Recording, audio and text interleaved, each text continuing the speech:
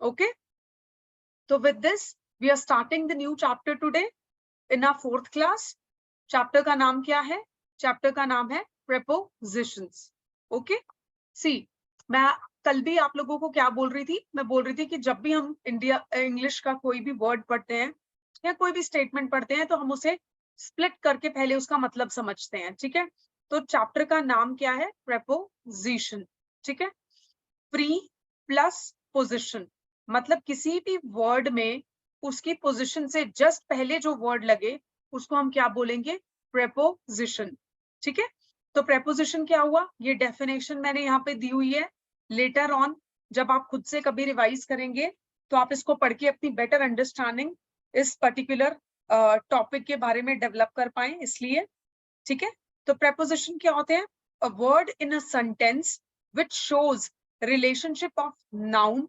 Noun मैंने आपको बताया था, it could be the place of name, place, thing, या कोई भी एब्स्ट्रैक्ट चीज, जैसे कि कल हम पढ़ रहे थे ना, honesty. Honesty for example is abstract thing. You can not see honesty but you can feel it. ठीक है, उसके बाद लव, केयर. ठीक है, you can not see these things but you can definitely feel these things. तो ये abstract चीजें भी नाउन में आती हैं. ठीक है, हमने पढ़ा था नाउन आर ऑफ 3 टाइप्स. कौन कौन से नाउन होते हैं? प्रॉपर नाउन, कॉमन नाउन, और थर्ड हमने पढ़ा था एब्स्ट्रैक्ट नाउन. ठीक है, एब्स्ट्रैक्ट नाउन में ये सब चीजें आ जाती हैं. कॉमन नाउन में कोई भी चीज जब कलेक्टिव तरीके से बताई गई हो, for example apples, for example girls, for example community, for example religion. ठीक है, यहाँ पे कुछ स्पेसिफाई नहीं किया कौन सी कम्युनिटी है. It could B six, it could B Parsis, it could B Christians. ठीक है, यहाँ पे कुछ स्पेसिफाई नहीं किया, जनरली बोला कम्युनिटी. तो ऐसे वर्ड्स जो कलेक्टिवली कुछ भी एक पर्टिकुलर चीज को ना रिप्रेजेंट करते हुए एंटायर ग्रुप को रिप्रेजेंट कर रहे हैं ऑफ अ पर्टिकुलर थिंग, तो उसको हम बेसिकली कॉमन नाउन में क्या करते हैं? इंक्लूड करते हैं. For example religion. अब रिलीजन जो है, religion is a common word. ठीक है, यहाँ पे स्पेसिफाई नहीं करता ये वर्ड कि कौन से रिलीजन की बात हो रही है. गर्ल्स, कौन सी गर्ल की बात हो रही है? Apples, which apple? ठीक है, कौन से apples? Are they talking about the Kashmir apples? ठीक है, जो हम पढ़ते हैं ना GI टैग एप्पल्स. ठीक है, और they are talking about the Himachal apples. ठीक है, तो दे आर स्पेसिफाइंग इट. तो जनरल वर्ड यूज किया इन्होंने. ठीक है, उसमें हम किसको डालते हैं? कॉमन नाउन को डालते हैं. और प्रॉपर नाउन क्या होता है? प्रॉपर नाउन इज जब किसी भी पर्सन का, प्लेस का या थिंग का नाम ही स्पेसिफाई कर दिया जाए तो उसको हम क्या बोलते हैं? Proper noun. For example Geeta is a good girl. So Geeta here is name, hence it is a proper noun. ठीक है, for example Delhi is the capital city.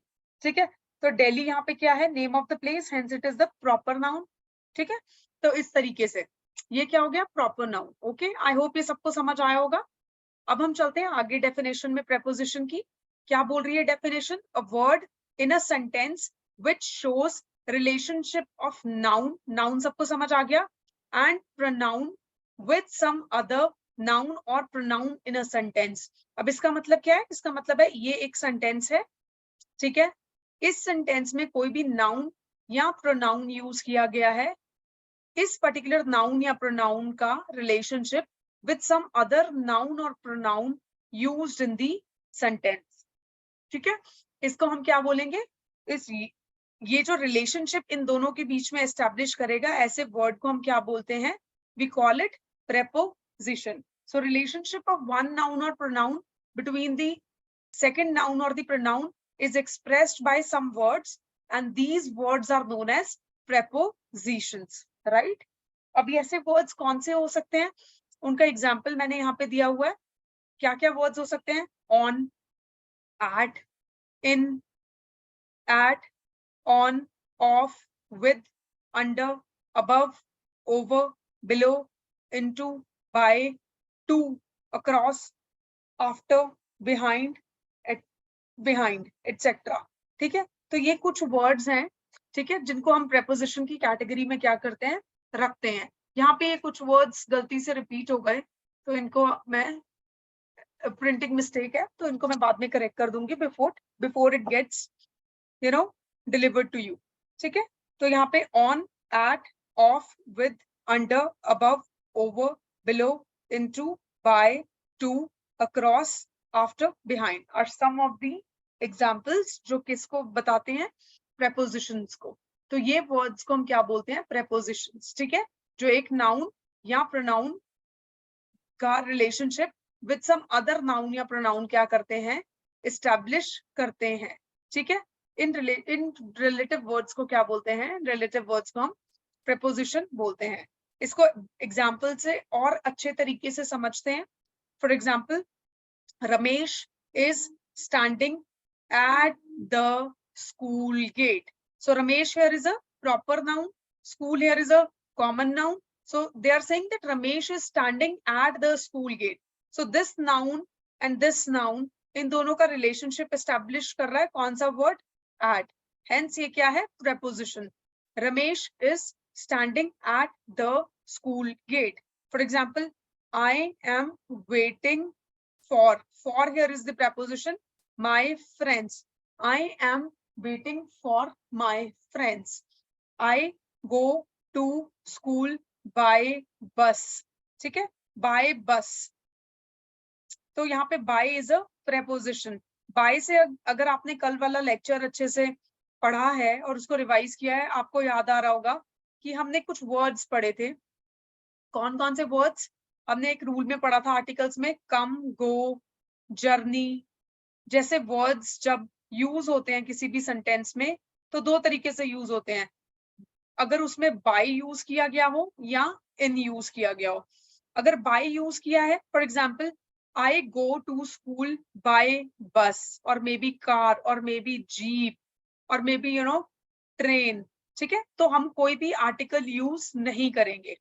But अगर इन वर्ड्स को हम यूज करते हैं इन के साथ, ठीक है, इन इज प्रेपोजिशन, इसके साथ यूज करते हैं, तो हम क्या करेंगे, यहाँ पे आर्टिकल यूज करेंगे। और कौन सा आर्टिकल, इन अ बस, इन अ बस, या फिर मे बी एन भी यूज कर सकते हैं अगर व्हीकल का नाम जो है वो किसी वॉवल से शुरू हो रहा है। ठीक है, for example, I go to school by bus, this is one example. ठीक है, बाय के से पहले मैंने कोई भी आर्टिकल यूज नहीं किया है। लेकिन अगर मैं आपको एग्जाम्पल दूं, for example, I am going to visit her house by driving my own car. देखो यहाँ पे बाय यूज किया है तो मैंने यहाँ पे कोई आर्टिकल यूज नहीं किया। ठीक है, अगर इसी को इन की तरह एग्जाम्पल में डालना हो तो कोई स्टेटमेंट बनाई जा सकती है, जैसे कि क्या स्टेटमेंट बनाएंगे, फॉर एग्जाम्पल इनके केस में क्या हो सकता है, for example, he is coming to our home in car. तो यहाँ पे इन कार, इन अ कार होगा। ठीक है, we will have to use the article here. ठीक है, so whenever you we use these words, come, go, journey, travel, ये 4 words थे कल। ठीक है, इन वर्ड्स को जब भी हम यूज करते हैं तो दो तरीके से, या तो बाय के साथ या फिर इन के साथ। whenever in is used you have to use article a or an, and whenever by is used you don't have to use any article। ठीक है, तो इसी के साथ हमारा one of the rules of the articles revise हो गया ना। तो आप नेक्स्ट टाइम जब खुद भी रिविजन करने बैठे तो ऐसे चैप्टर्स को इंटरलिंक करके भी रिवाइज कर सकते हैं। ओके, तो नेक्स्ट एग्जाम्पल हम क्या पढ़ रहे थे, I go to school by bus. So by is a preposition.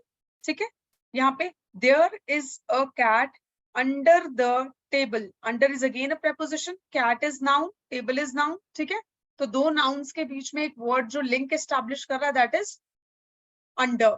ठीक है, hence it is a preposition. ठीक है, तो preposition I hope सबको definition समझ में आई होगी.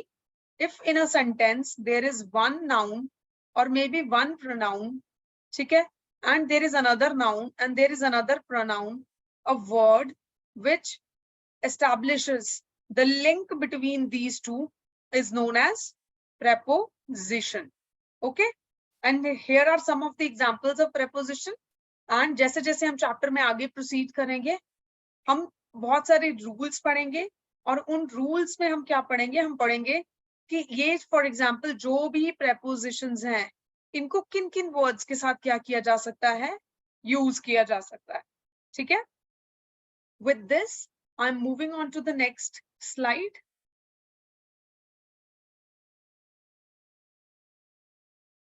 Next हमारा टॉपिक जो है after definition of the topic, next हमारा जो है that is preposition and it's uses. अब प्रेपोजिशन को हम कहाँ यूज करते हैं या करेक्ट तरीका क्या होगा उसको यूज करने का, उसके बारे में क्या कर लेते हैं, पढ़ लेते हैं. फॉर एग्जाम्पल फर्स्ट रूल, ये तो आप कॉमनली जब भी अपने फ्रेंड्स के साथ बात करते हो या नॉर्मल कभी भी बात करते हो, ये रूल आप यूज भी करते होगे, सब अनकॉन्शियसली यूज करते होगे, मे बी आपने कभी नोटिस नहीं किया हो, बट आज हम इसको ढंग से पढ़ेंगे. यहाँ पे क्या दिया हुआ है रूल नंबर 1 में. See rule number 1 is very simple rule.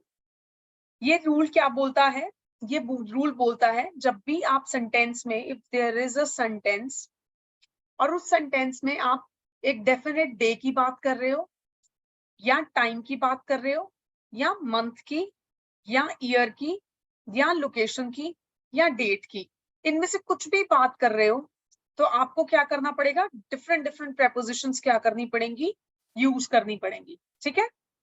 For example अगर आप डेफिनेट डे की बात कर रहे हो, तो डेफिनेट डे के लिए आप क्या यूज करोगे, कौन सी प्रेपोजिशन यूज करोगे, you will be using on. For example मैंने साथ साथ दिए हैं यहाँ पे ताकि कोई भी कंफ्यूजन ना हो एंड इजी टू अंडरस्टैंड हो. ठीक है. फॉर एग्जाम्पल डेफिनेट डे के साथ आप क्या यूज करोगे, हमेशा ऑन. डेफिनेट डे का मतलब क्या है यहाँ पे, डेफिनेट डे का मतलब है कि एक स्पेसिफिक दिन की बात होगी सेंटेंस में. ठीक है. For example I will meet you on 15th August. Now 15th August is a day, right. 15th August is a day. ठीक है. Sorry, it is a date.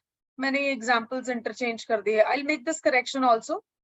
ठीक है. For example I meet you on Sunday. Sunday is a day, right. तो जब भी definite day की बात हो रही है, आप जो प्रेपोजिशन यूज करोगे, आप कौन सा प्रेपोजिशन यूज करोगे, you will use the preposition on their. ठीक है. यहाँ 15th August नहीं आएगा, ये एग्जाम्पल इंटरचेंज हो गया. This is Sunday. ठीक है. बिकॉज यहाँ पे बोल रहे day. When it is talking about specific day, you have to use on. And even if it is talking about date, for example, मैं इसको correct नहीं भी करती, यहाँ पे 15th August ही रहने देती, तो भी आप यहाँ पे जो preposition use करते, on ही use करते. तो इसको easy तरीके से समझते हैं. जब भी एक sentence है, उसमें कभी भी एक definite date की बात की हुई है या एक definite day की बात की हुई है, आप कौन सा preposition use करोगे, आप ऑन यूज करोगे. फॉर एग्जाम्पल जैसे कि ये है पहला example, I will meet you on Sunday भी करेक्ट होगा, ऑन 15th August भी करेक्ट होगा. फॉर एग्जाम्पल कल क्या डेट है, tomorrow is 19th July, right. अगर मैं आपको बोलूं आई will be taking your class on 19th July. ठीक है. तो ऑन यूज हुआ यहाँ पे because we are talking about a definite date. Suppose tomorrow is Wednesday. अब मैं यहाँ लिख दूं अगर वेडनेसडे, तो I will be taking your class on Wednesday. So the preposition that is used here is common. चाहे डेट दी है क्वेश्चन में, चाहे डे दिया है, प्रेपोजिशन आप वहां पे ऑन ही यूज करोगे. सिमिलरली अगर डेफिनेट टाइम दिया हुआ है, तो आप कौन सी प्रेपोजिशन यूज करोगे, at यूज करोगे. ठीक है. For example guys, I guess these examples while setting the PPTs, ये पीपीटी को फाइनलाइज करने से पहले examples I guess jumble up हो गए हैं, but then I make the correction साथ साथ, है ना। फॉर एग्जाम्पल डेफिनेट टाइम की बात कर रहा है, whenever it is talking about definite time, तो आपको बेसिकली क्या करना है, यहाँ पे टाइम क्या मेंशन किया हुआ है, यहाँ पे टाइम जो मेंशन किया हुआ है दैट इज 2020, ठीक है। फॉर एग्जाम्पल यहाँ पे मैं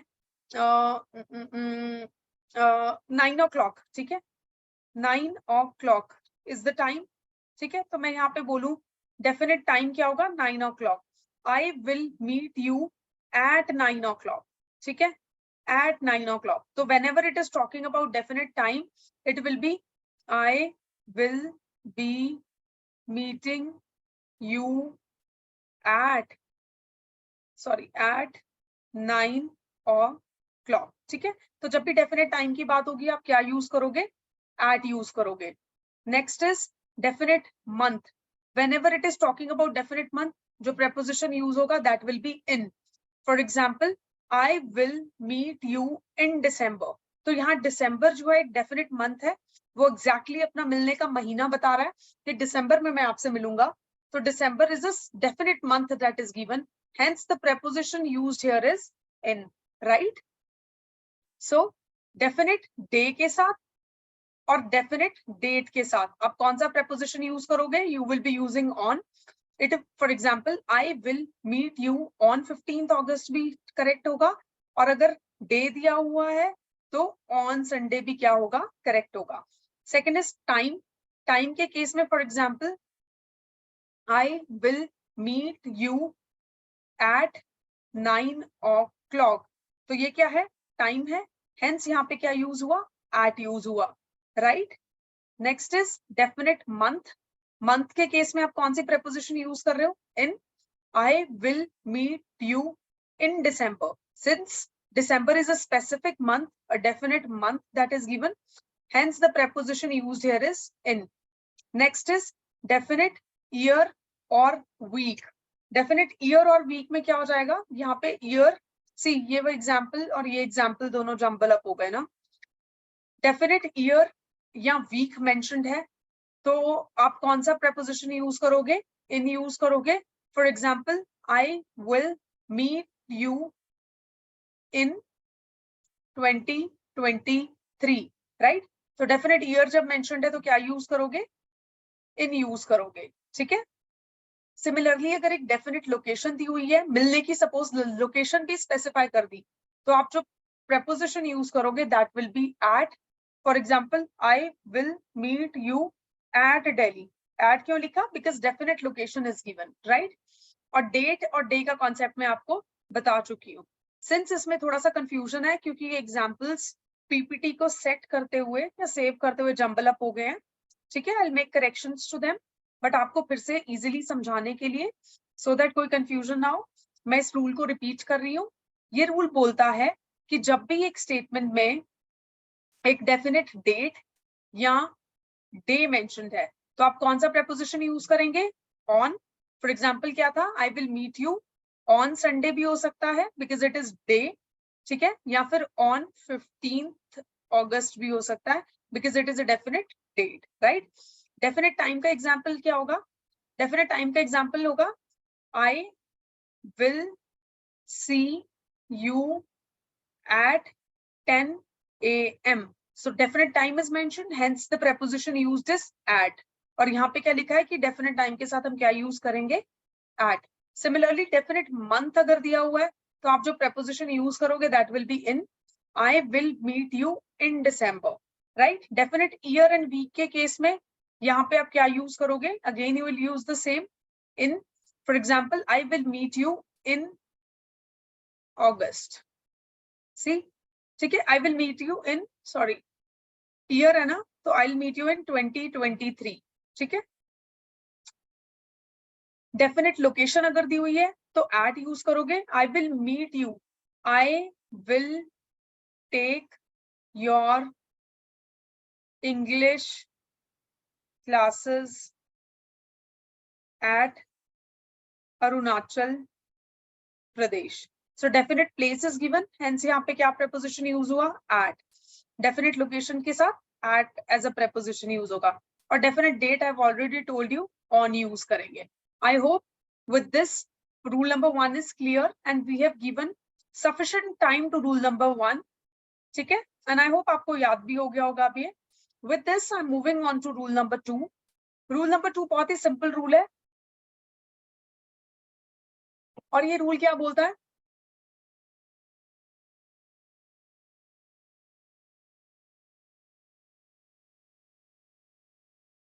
तो आप कौन सा यूज करोगे preposition? You will be using in, right?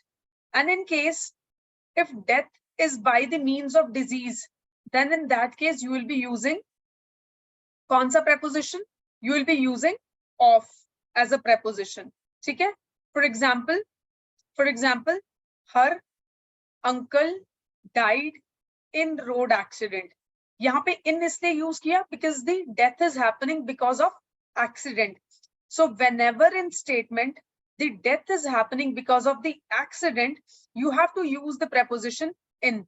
तो accident के साथ हमेशा in use होता है. Her uncle died in road accident. Now if the death is by some disease, तो आप कौन सा preposition use करोगे? Of. For example, her uncle died of cancer. Now this is death by a particular disease. Her uncle is dying because of a particular disease. Hence यहाँ पे कौन सा preposition use किया? Of. ठीक है? So this is a very simple rule again. इसमें आपको सिर्फ इतना याद रखना है कि जब भी किसी sentence में, for example this sentence is talking about death of some person. ठीक है? Now if the death is by the accident, कोई भी accident हो सकता है, उसमें आप preposition in use करोगे.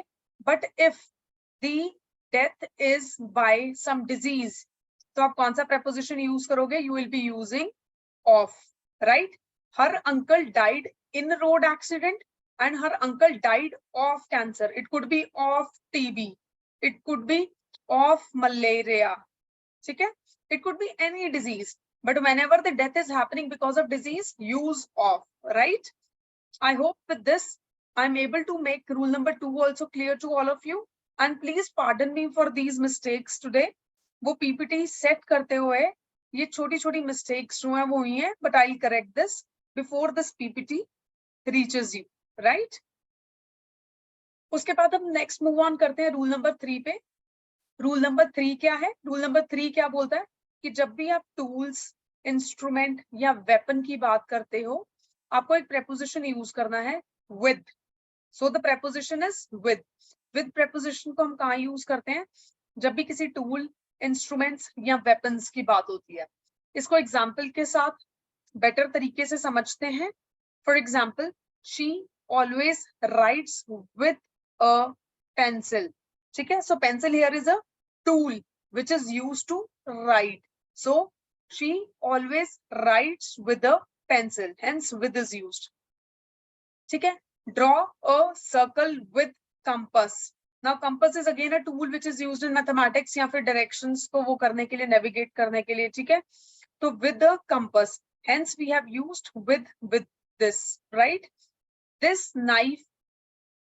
is knife with which she was murdered. Here also we have used with, right? Knife could be a tool, you know, knife can be used to cut vegetables also, na? So knife can be used as a tool also and knife can be used as a weapon also. Okay? So here it is used in context of weapon. Hence I have used with here. But even if it is used as a tool or some instrument, you have to use the same preposition with. For example, she is cutting the vegetables with a knife, right? See, now knife here is used as a tool or you can say as an instrument to cut the vegetables. Hence I have used with here, right? And here it is used in the form of weapon. So यहाँ पे भी जो preposition use हुआ है, that is what? That is with only. So with is used with these three things. It is a preposition which is used with tools, instruments and weapons. She always writes with a pencil. She draw a circle with a compass. This is knife with which she was murdered, right? I hope rule number 3 is also clear. With this, I'm moving on to the next slide, which mentions rule number 4. Now, so what is rule number 4? Rule number 4 is again a very easy rule. See, rule number 4 क्या बोलता है? इसको अगर मैं आपको बहुत easy language में समझाऊं, तो ये बोलता है कि जब भी हम when on top of something, use on, which means जब भी हम किसी ऐसी चीज की बात करें जिसको हमने किसी और चीज के ऊपर रखा हुआ है, and the surface is being touched. For example, this is a table and this is a book placed here. Now the surface of this book is touching this surface of the table. तो ऐसी कभी भी situation हो जहाँ पे one particular thing is placed on the another particular thing and the surfaces are making the contact. तो उस case में आपको क्या यूज करना है? On preposition यूज करना है. When something is on the top of something, surface is touching, so what we use on. For example, book. This book is placed on the table. Yeah, this book was placed on the table, right? For example, और क्या example हो सकता है इसका? For example, he is sitting on the chair. ठीक है? So here there is this chair and this person is sitting on the chair, right? So this particular person is in contact with this particular chair now. So surfaces are touching. So when one thing is placed on the another thing, ठीक है? When one thing is on the top of the another thing, we use the preposition on. For example, this book was placed on the table and he is sitting on the chair, right? I hope this is clear. With this, I'm moving on to the next. But when this particular thing, for example, this book is placed beneath the table, okay, so what do we use? We used under as a preposition. For example, the rat hid under the table. So ये कोई rat है, and now this rat hid under the table, okay? Because this is beneath the table, hence नीचे है ना table से, hence हम क्या use कर रहे हैं? Under as a preposition use कर रहे हैं. For example, the rat hid under the table, right? Similarly, when above something but there is no surface contact and the thing is fixed. For example, this is a room, okay? Here is this fan, okay? Now this fan is at the fixed position, but it is above this particular table, right?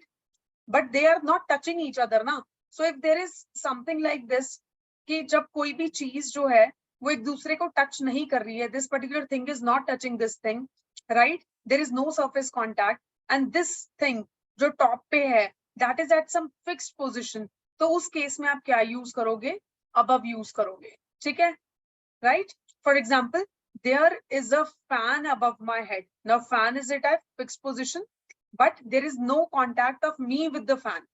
ऐसा नहीं हो रहा ना कि room में fan चल रहा है and I'm sitting here and I'm touching the fan. My head is touching the fan or fan is touching my head. There is no contact, right? So this fan is at a fixed position just above my head. It is above me. Hence, I have used the preposition above, right? For example, there is fan above my head.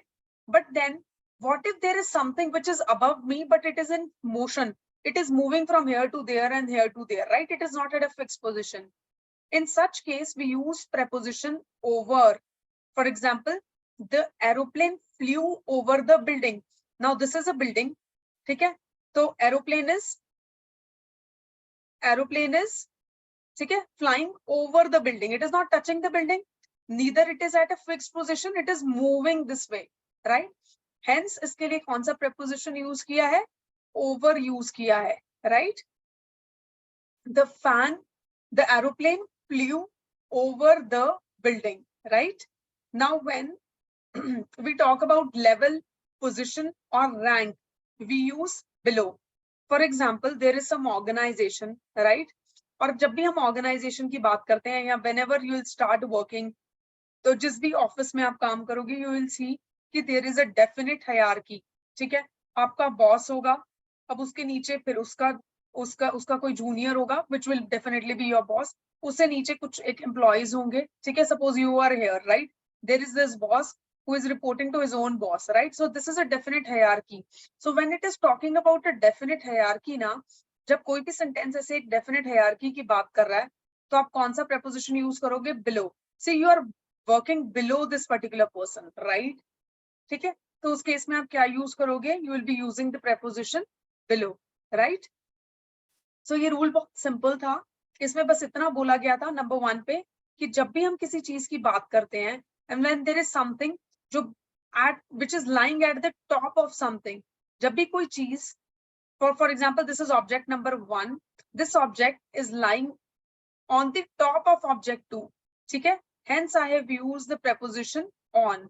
This book is lying on the table, ठीक है, the book he brought was placed on the table, right?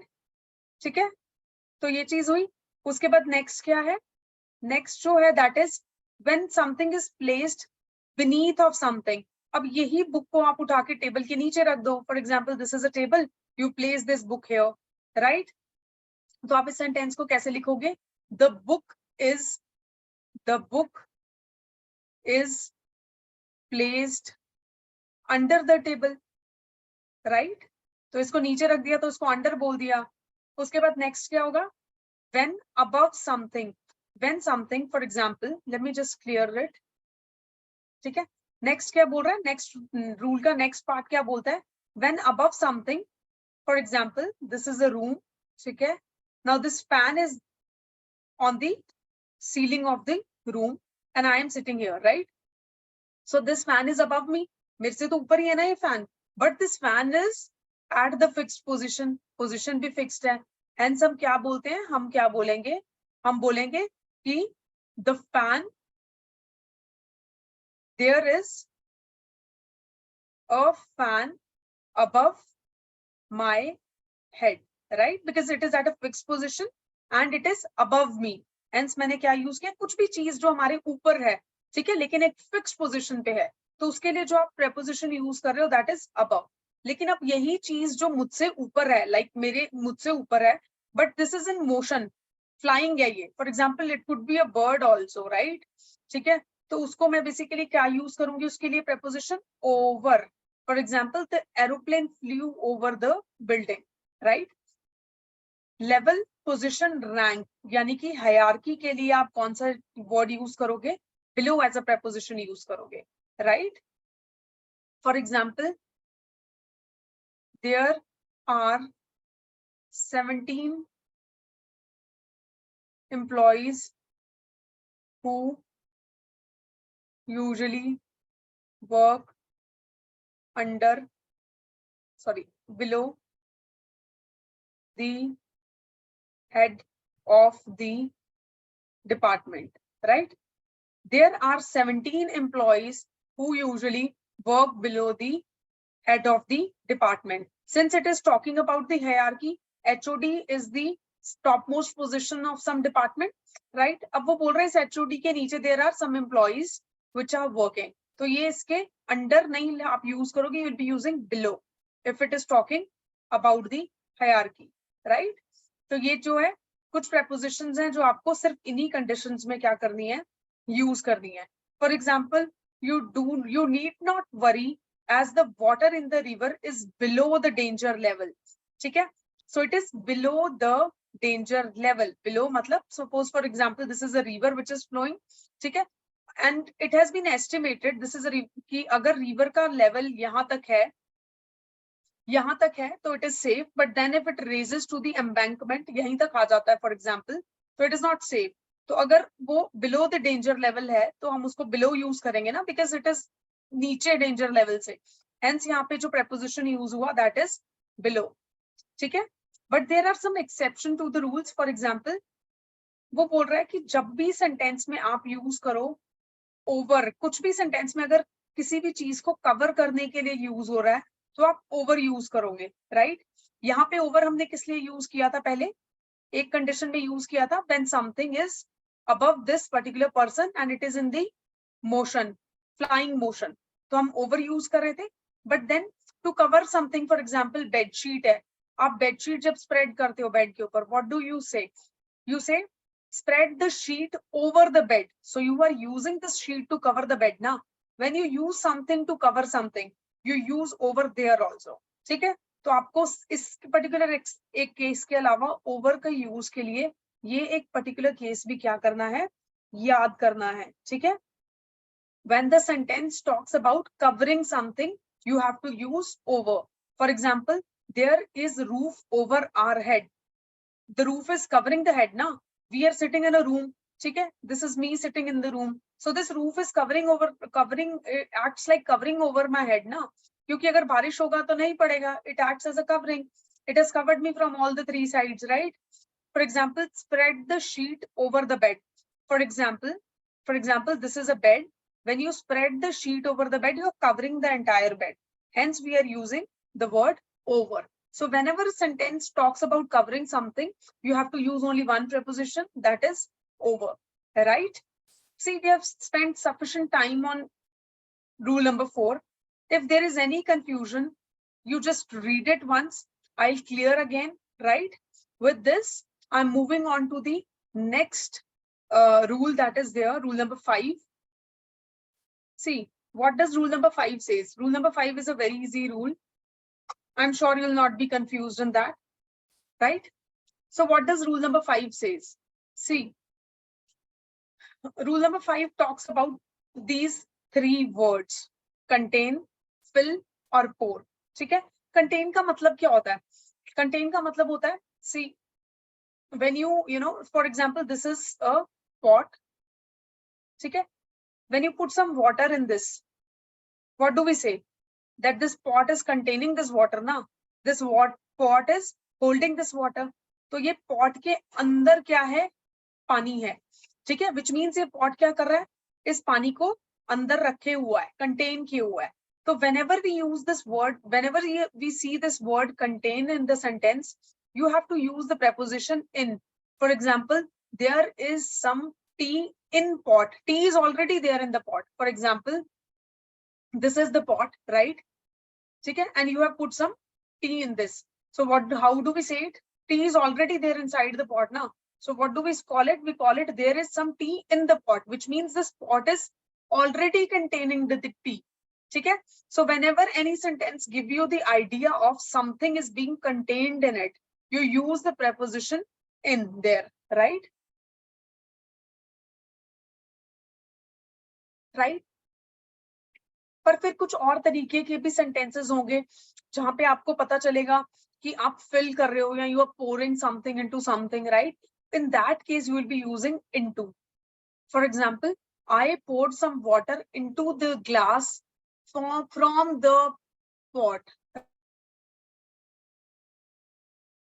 Use किया, which means, for example, in this pot or tea in this pot, when you pour this tea into a particular glass,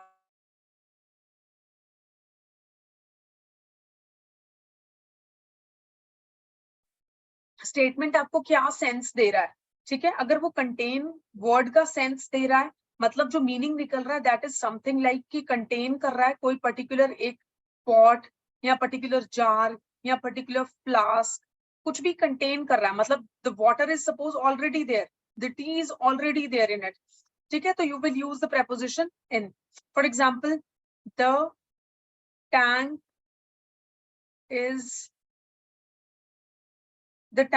is there is only little water left in the tank.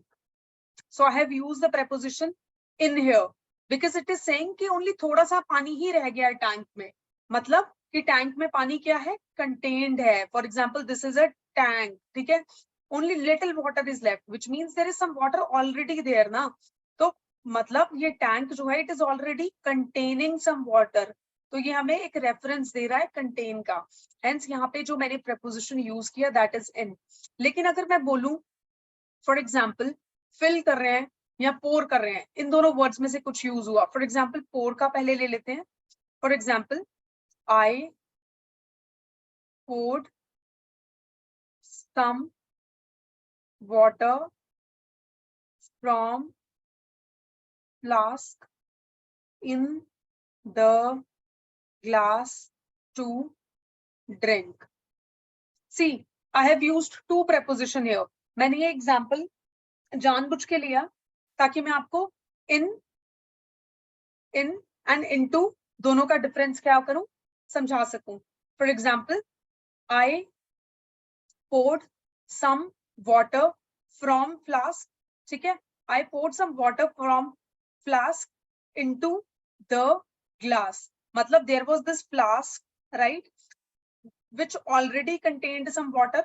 I have poured water from this flask into this glass. So when there is the sense of pouring in the sentence, you have to use the preposition into, right?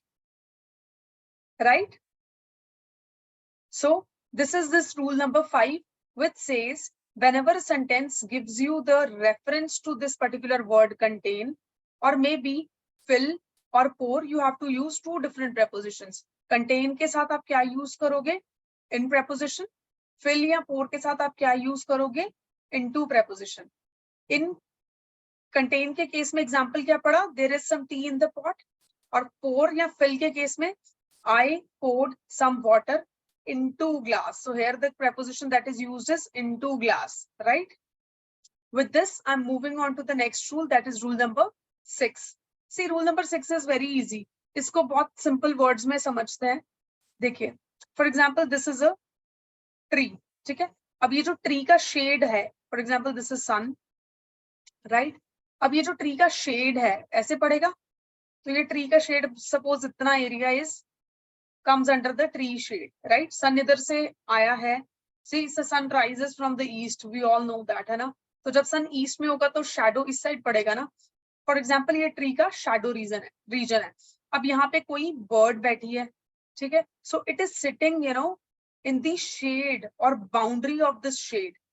ठीक है, तो जब भी ऐसी situation होगी, जब भी कोई पर्टिकुलर चीज आपको एक पर्टिकुलर बाउंड्री के अंदर मिलेगी, it could be a park also ना. एक पार्क है, एक पार्क की क्या है, फेंस है, तो this is the boundary of a park. तो कोई भी चीज इस बाउंड्री के अंदर अगर है, ठीक है, तो उसके लिए आप एक प्रेपोजिशन यूज करोगे इन. ठीक है, बट देन जब ये फॉर एग्जाम्पल ट्री है, बिल्कुल ही यहाँ पे है, ट्री के बिल्कुल ही नीचे, तो इस केस में आप कौन सा प्रेपोजिशन यूज करोगे? अंडर. तो बहुत सिंपल है, जब भी ये ब्रॉड एरिया की बात करेगा सेंटेंस की, in this particular park, right?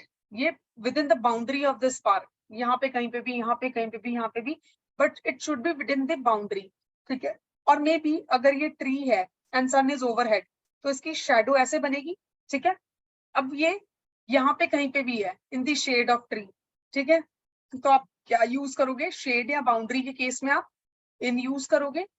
And अगर स्टेटमेंट बिल्कुल ही ट्री के अंडर बोलती है, for example this is tree and this is bird sitting here. ठीक है, there is some nuts here and this is bird sitting here. ठीक है, तो हम बिल्कुल ही अंडर द ट्री है ना, बिल्कुल ही नीचे ट्री के, तो उस केस में आप अंडर यूज करोगे. For example, the boys take their lesson in the shade of tree. Now they must be sitting somewhere like this ना. जो बॉयज हैं, एग्जाम्पल क्या बोल रहा है? The boys take their lessons in the shade of tree. मतलब this is the shade of tree. Now the boys must be sitting like this. Now one would be sitting here, one would be sitting here, one would be sitting here. Nobody is sitting in the sun now. They are sitting in the shade of the tree, which means shade की अगर इतनी boundary है, जब भी आप tree को देखते हो, ठीक है, tree जो shade बना रहा है उसकी एक boundary होती है ना, और उस boundary से जब हम बाहर आ जाते हैं तो हमें धूप लगनी शुरू हो जाती है. तो अगर shade के अंदर की boundary के बीच में है, तो आप क्या use करोगे? In. But when it is outside, you will not use in, right? But then जब भी ट्री के अंडर होगा, just below the tree, just under the tree, तो आप उसके लिए अंडर प्रेपोजिशन जो है वो यूज करोगे. फॉर एग्जाम्पल, इन दोनों को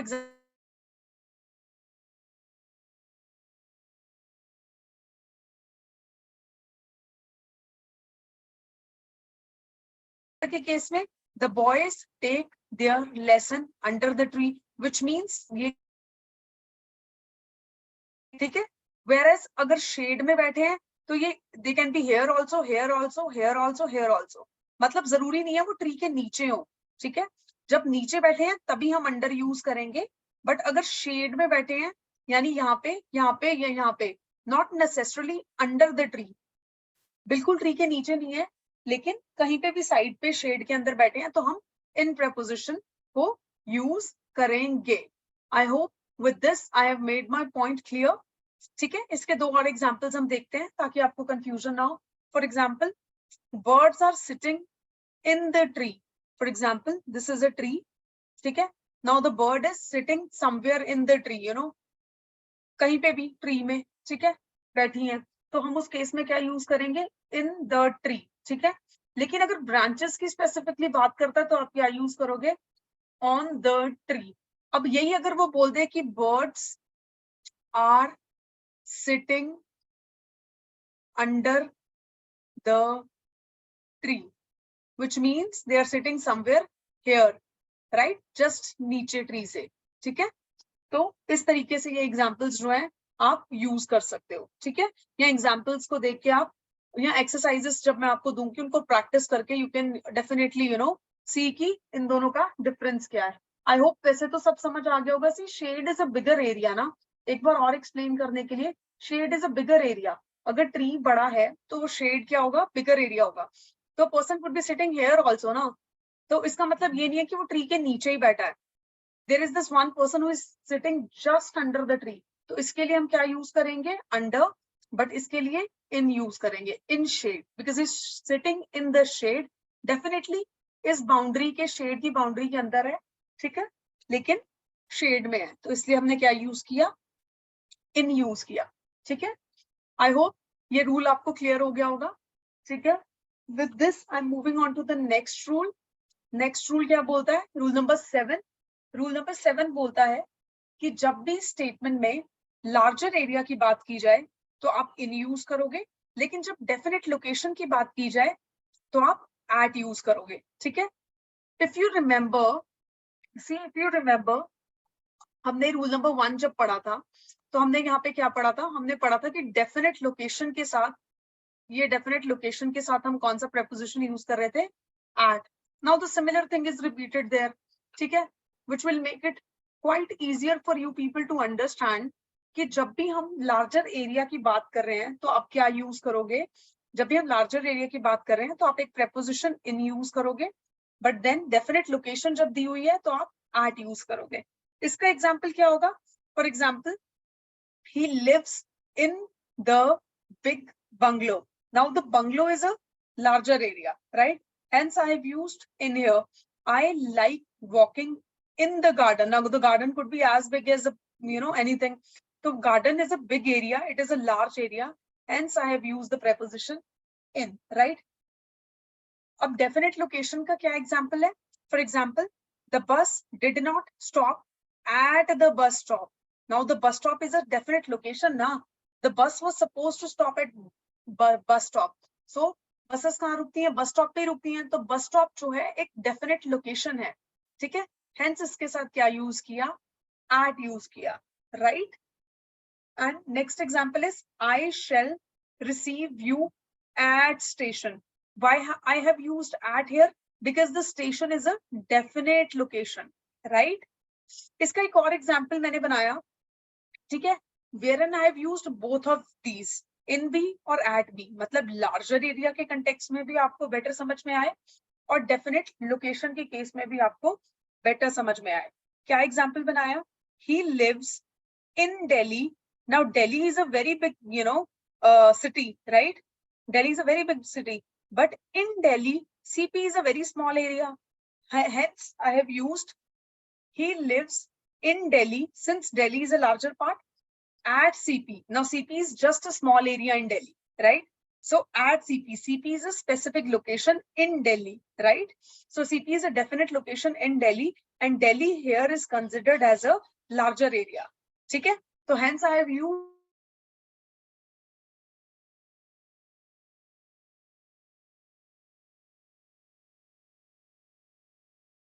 Arunachal Pradesh में, ठीक है। When we talk about Arunachal Pradesh, I don't know much about Arunachal Pradesh, ठीक है। इसका एक एग्जाम्पल मैं आपको देती हूँ।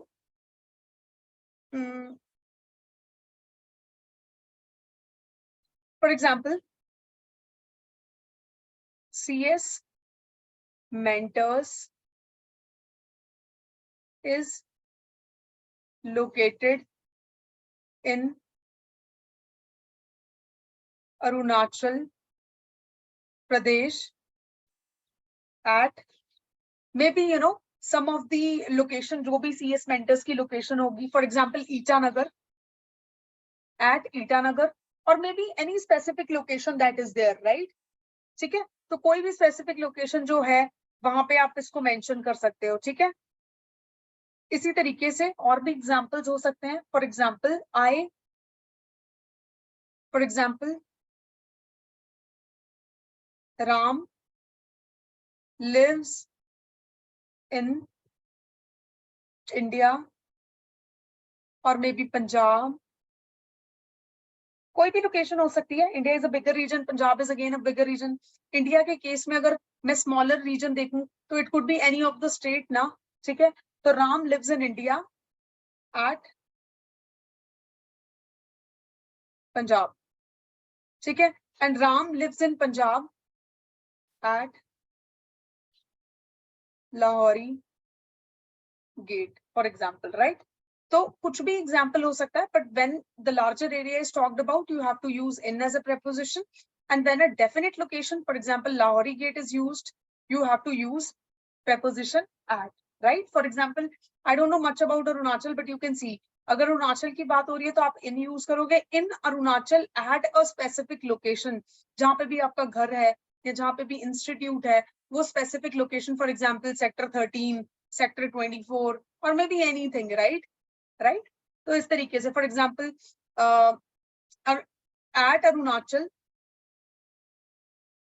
इन नाहरलगुन, राइट, ठीक है।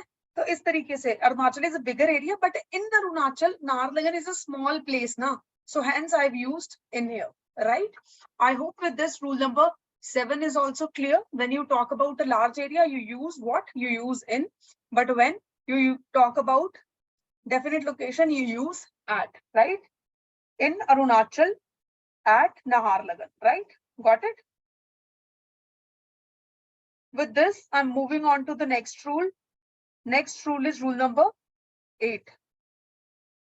I guess the time is over, students. So it's already 6 o'clock and I was supposed to take the class till 6 p.m. Okay? So today we have done total 7 rules. Okay? And कल हम बाकी के rules cover करेंगे। आज का हम फटाफट छोटा सा रिकैप कर लेते हैं कि हमने आज क्या पढ़ा। आज हमने बहुत सिंपल सी चीजें पढ़ी। सबसे पहले हमने पढ़ा प्रेपोजिशन, ठीक है, हमने देखा प्रेपोजिशन क्या होते हैं, ठीक है, उनकी डेफिनेशन देखी हमने आज, कुछ एग्जाम्पल्स देखे और उन एग्जाम्पल्स को हम स्टेटमेंट में कैसे यूज करेंगे हमने ये देखा, ठीक है। फिर उसके बाद हमने देखा कि प्रेपोजिशन यूज कहाँ होते हैं और उससे रिलेटेड कुछ रूल्स देखे, जैसे एक रूल नंबर 1 है, रूल नंबर 2 हमने डेथ के केस में देखा, rule number 3 tools, instrument and weapon के केस में देखा, राइट। सिमिलरली रूल नंबर 4 देखा, ठीक है, and rule number 5, rule number 6 and rule number 7, ठीक है। इनको मैं आपको कल भी रिवाइज कराऊंगी ताकि आप लोगों को ये इजीली याद हो जाए।